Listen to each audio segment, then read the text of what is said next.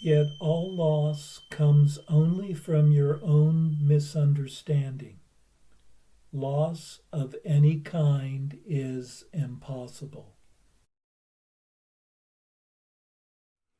The course teacher Ken Wapnick points out that the reason A Course in Miracles seems so difficult to practice is that we are so identified with our physical selves.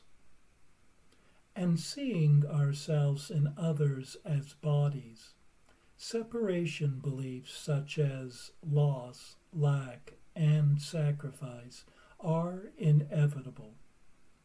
Yet within the Course, ideas of loss and victimhood are seen as thinking errors, mistakes which are calling for correction. One is being called upon to look within where the idea of separation originated. Loss is what the mind projects onto a situation and results in perceiving something that is not there. It is like when the ego mind sees a wave or ocean current as separate from the ocean itself. Yet vision, acquired through the awakened mind, sees past appearances of division and loss to what never changes within a world of constant flux and variation. For there is but one mistake, the whole idea that loss is possible and could result in gain for anyone.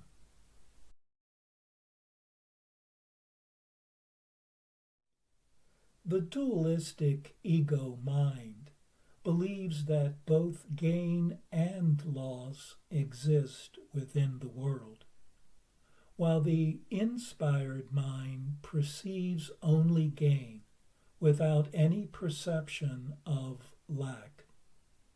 The beliefs in loss make fear appear to be real, and thus make love appear to be impossible. Loss is embedded in all notions of separation. As what one is separated from, one appears to have lost. We learn in workbook lessons 79 and 80 that ideas of separation are the basis of all perceived problems in the world. The spirit mind, which sees only unity and oneness, has no real problems. For without the judgment of loss, everything is merely what it is. Thus, the one correction to the many different forms of suffering is the recognition of the impossibility and unreality of loss. For loss attempts to place a limit on that which was created formless, free, and unlimited. Nothing is lost to you in all the universe. Early on in the text of A Course in Miracles, the presence of lack or loss in the mind is referred to as the ego's scarcity belief, from which we are told all error originates. For in loss, the mind misinterprets the unlimited self, seeing instead a limited, vulnerable, and fearful self. The idea of loss provides a recipe for one's unhappiness, for one struggles and suffers in the mere anticipation of loss. Yet the intuitive mind sees that it is the very nature of truth and reality to be both abundant and unlimited. Loss can be perceived as but a shadow whose appearance is made by the absence of light, having no true reality of its own. Thus, loss is merely the perception of the absence of the fullness of being, eternal life, when it has been filtered through the lens of fear, attack, pain, and separation. Fear not to recognize the whole idea of sacrifice as solely of your making. In the text section of the course entitled Christmas as the End of Sacrifice, we learn that the undoing of the belief in loss reawakens one's spirit vision, allows for the holy relationship to occur, and reestablishes joy as one's natural state of being. All forms of sacrifice involve some loss, for what one sacrifices or gives up appears to be gone and lost to oneself. For the ego mind believes in order to gain, something must be sacrificed, something must be given up. Its mantra is no pain, no gain. Yet the intuitive mind, which perceives everything as a thought occurring within the mind, sees that thoughts offered to others are equally shared and actually are strengthened in the giver's mind.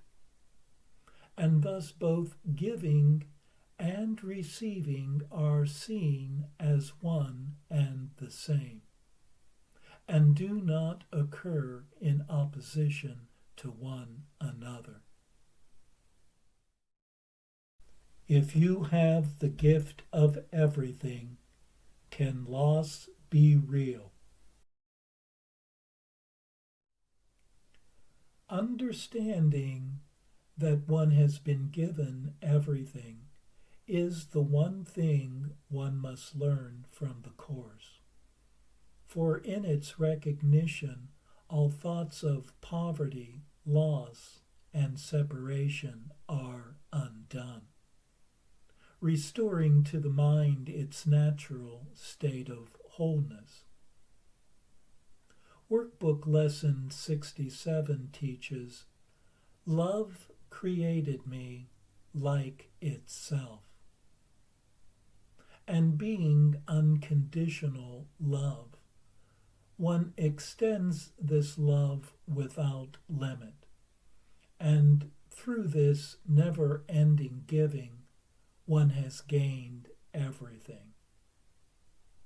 The Buddha, 2,500 years ago, recognized that all suffering arises from desire and the endless striving to feel one's sense of lack and loss. Yet in the recognition that one both has and is everything, needs become meaningless and desire impossible. For what could everything need or desire? By undoing beliefs in loss, the recognition of love's abundance is revealed. Without personal needs, the mind's one purpose becomes to only serve Spirit's loving presence. Until you realize you give up nothing, until you understand there is no loss, you will have some regrets about the way that you have chosen.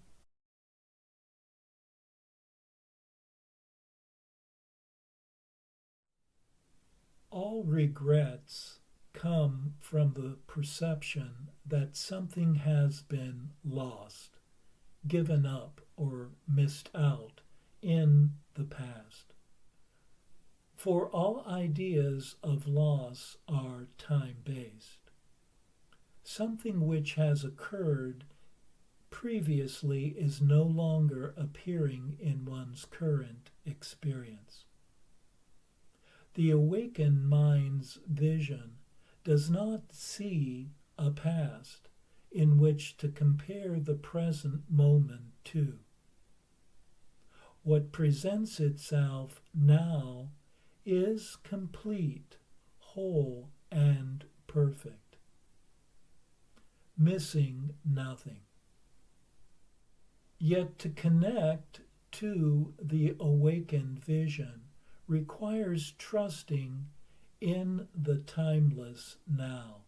As the course teacher David Hoffmeister writes, it's only by opening to the present trust that we are able to really tune in and hear and follow what the guidance is. This guidance is blocked when one holds tightly onto the egoic idea of past loss. Yet loss is but a call for forgiveness and the release from the pain which accompanies it. Forgiveness paints a picture of a world where suffering is over, loss becomes impossible, and anger makes no sense.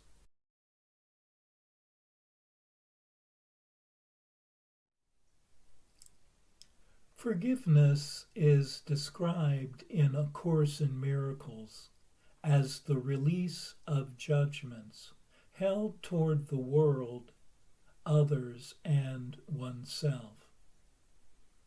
In loss, something is expected to be happening that is not happening.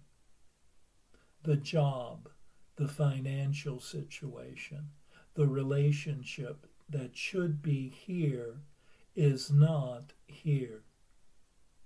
The judgment of loss is an argument with reality, or the what-isness of the situation. Grief requires a grievance, seeing the situation as unacceptable, and thus one opposes it. Yet as the Indian sage Nisargadatta points out, accept it or suffer it. There is no third option. If action then is required, Spirit will guide one's way. Forgiveness begins with the willingness to see things differently from the ego's judgment of resistance. The mind that is open then to the Spirit's vision of seeing no loss is open to the miracle of love.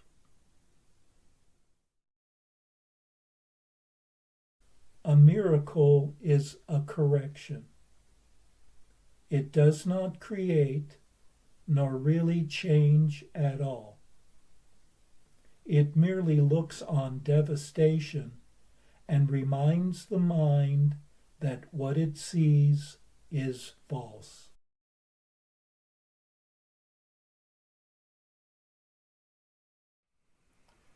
The miracle born in forgiveness allows for a correction in the mind which leads to a shift in perception.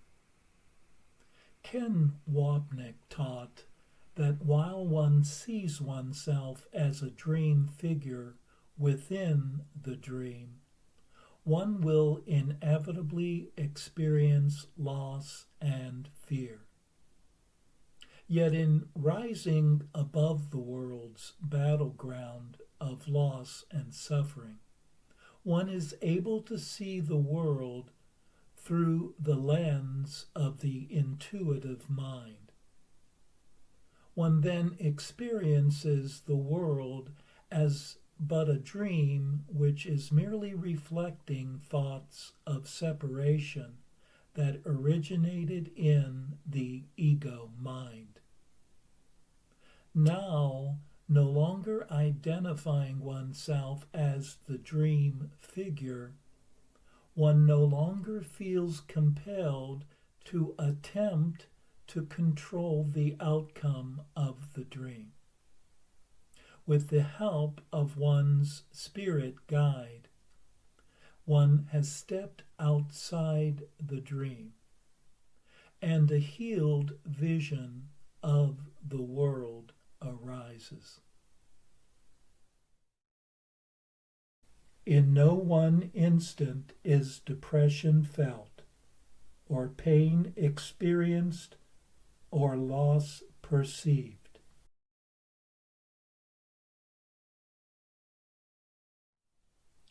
In this holy instant, one steps outside time to the timeless, never-ending now.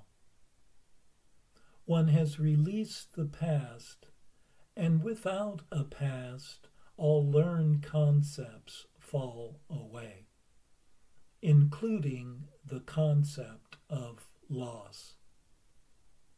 The ego mind sees itself as separating from and thus lacking spirit, imagining itself contained within a body. Yet in the immediacy of the present moment, one is transported to a state of being absent of limited time-bound concepts, such as bodies and a world. From here, loss is recognized as but a story, a distorted script requiring a past that no longer exists. And in this never-ending moment of innocence, neither pain nor victimhood remain. No sense of loss is felt, and no power has been surrendered to outside forces. For a newborn sense of being, unbound and unlimited, has been discovered. It takes great learning both to realize and to accept the fact that the world has nothing to give. What can the sacrifice of nothing mean?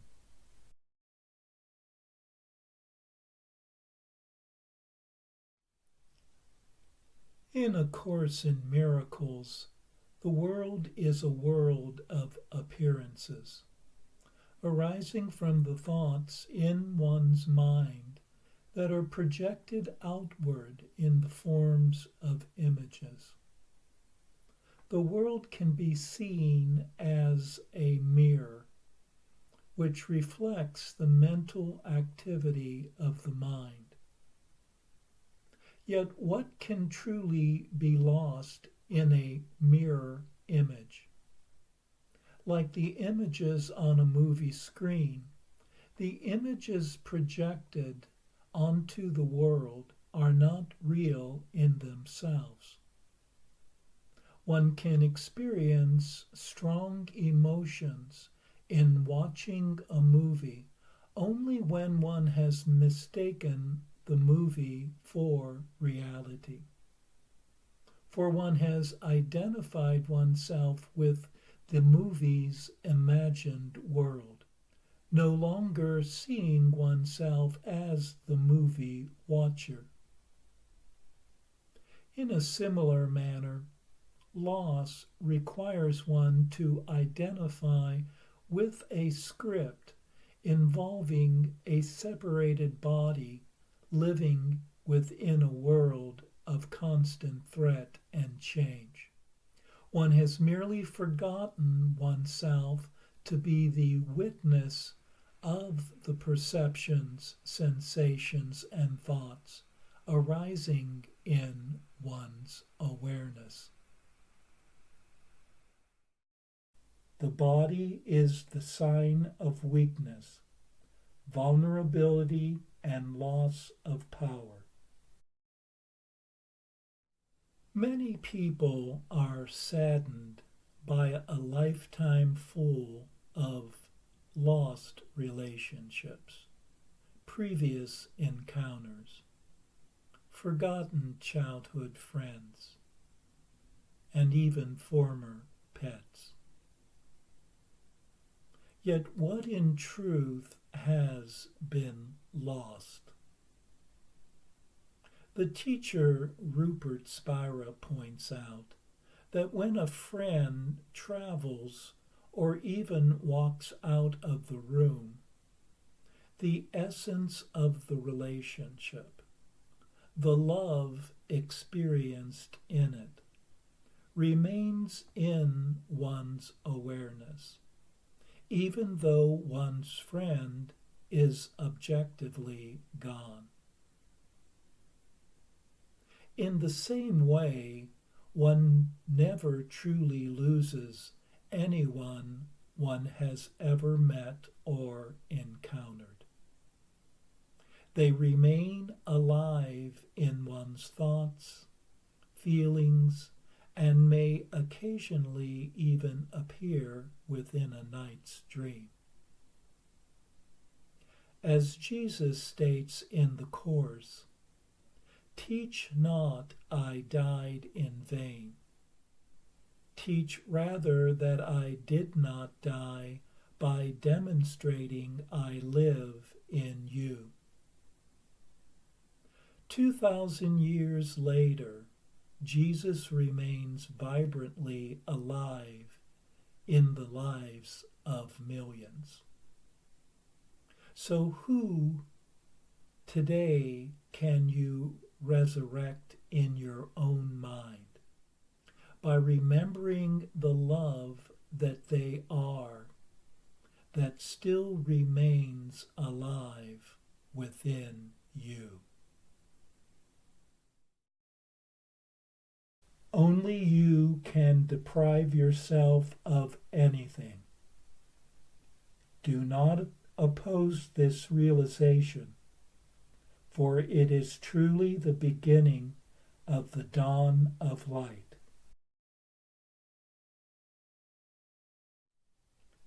As the Stoic philosopher Epictetus once pointed out, you will be harmed only when you think you are harmed.